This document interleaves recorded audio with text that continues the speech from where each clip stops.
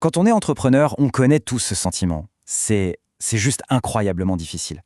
Et si au fond, la solution, c'était pas de se battre pour gagner, si on se trompait complètement de jeu, c'est exactement ce qu'on va explorer ensemble.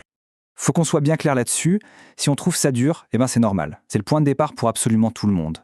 Les entrepreneurs qu'on admire, c'est pas des gens qui ont évité la difficulté. Non, ce sont ceux qui l'ont traversée et qui, d'une certaine manière, ont vraiment mérité leur succès. Mais alors comment on fait? Si c'est si dur, c'est quoi le secret de ceux qui semblent y arriver? La réponse, en fait, elle est assez contre-intuitive. Allons voir ça de plus près. Pour bien comprendre cette difficulté, il faut d'abord qu'on parle de croissance. Parce que la croissance, c'est pas juste un chiffre sur un tableau de bord. C'est un processus qui a un coût bien réel. C'est un peu le rêve de tout entrepreneur, non?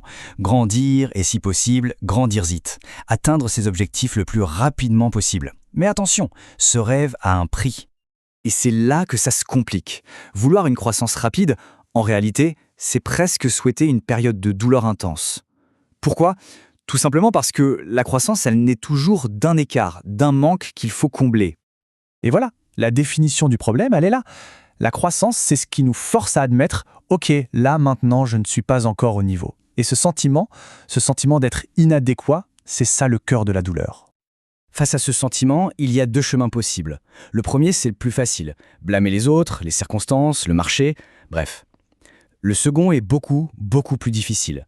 Accepter la responsabilité, reconnaître ses propres lacunes pour pouvoir ensuite les combler. C'est le seul chemin qui mène vraiment au progrès. Et attention, ce processus, c'est pas une question de quelques mois. Il faut compter au moins 5 ans. Et pas 5 ans à mi-temps, non. 5 ans d'immersion totale, à fond dedans, juste pour commencer à comprendre les vraies règles du jeu. D'accord, donc cette douleur, elle vient de nos propres lacunes. Mais et si elle venait aussi d'une erreur de perspective? Et si on jouait à un jeu sans même en comprendre la vraie nature? La comparaison, c'est un véritable poison. On regarde le succès des autres et on se demande pourquoi eux et pas moi. C'est une question qui nous ronge, tout simplement parce qu'elle repose sur une vision complètement faussée de la réalité.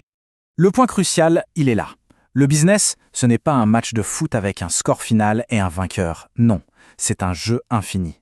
Le but, ce n'est pas de gagner, mais de rester dans le jeu le plus longtemps possible.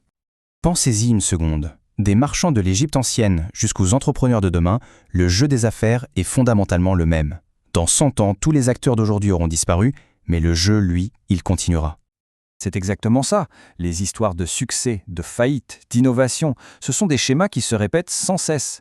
Seuls les noms des entreprises et des PDG changent, mais les dynamiques de fond, elles, restent les mêmes. Pour bien saisir ce concept de jeu infini, on va utiliser une métaphore très simple, mais vous allez voir très puissante, celle d'un dé à plusieurs faces. Alors, imaginez bien la scène, voici les règles. Étape 1, on reçoit un dé. Étape 2, on n'a aucune idée du nombre de faces de ce dé. 20, 200, impossible de savoir. Étape 3, une seule face est verte, toutes les autres sont rouges. Étape 4, ça devient intéressant. Si on tombe sur vert, une face rouge devient verte, donc nos chances s'améliorent. Étape 5, si on tombe sur rouge, rien ne se passe. Et enfin, étape 6, la plus importante, le jeu ne s'arrête que si on décide d'arrêter de lancer. Au fond, la seule chose qu'on contrôle, c'est de continuer à lancer. Face à ce jeu, on a donc deux mentalités. Le premier joueur, on va l'appeler le lanceur. Il se concentre sur la seule chose qu'il peut contrôler, lancer le dé, encore et encore. Le second, le plaignant, perd son temps et son énergie à se plaindre, à dire que le jeu est truqué, à regarder les autres, et il finit par jeter l'éponge. C'est toute la différence. Et c'est là toute la clé du piège de la comparaison. Quand on regarde quelqu'un qui réussit, on ne voit que son vert du moment. On ne voit pas les milliers, peut-être les dizaines de milliers de rouges qu'il a fallu encaisser avant. Comparer son 10e lancé au 10 millième lancé de quelqu'un d'autre, c'est juste absurde. Au final, cette métaphore nous laisse avec deux certitudes, deux garanties. La première, plus on lance, plus on a de chances de s'améliorer. Chaque lancé, même un rouge, est une leçon. Et la seconde, la seule et unique façon d'être sûr de perdre, c'est d'arrêter de lancer le dé. Bon, alors concrètement, qu'est-ce que tout ça veut dire pour nous? Ça signifie qu'il faut complètement redéfinir ce que veut dire gagner. Voilà l'idée la plus importante de toutes. Si le jeu n'a pas de fin, alors le concept même de gagnant ou de perdant n'a plus aucun sens. La vraie distinction, la seule qui compte, ce n'est pas entre ceux qui gagnent et ceux qui perdent.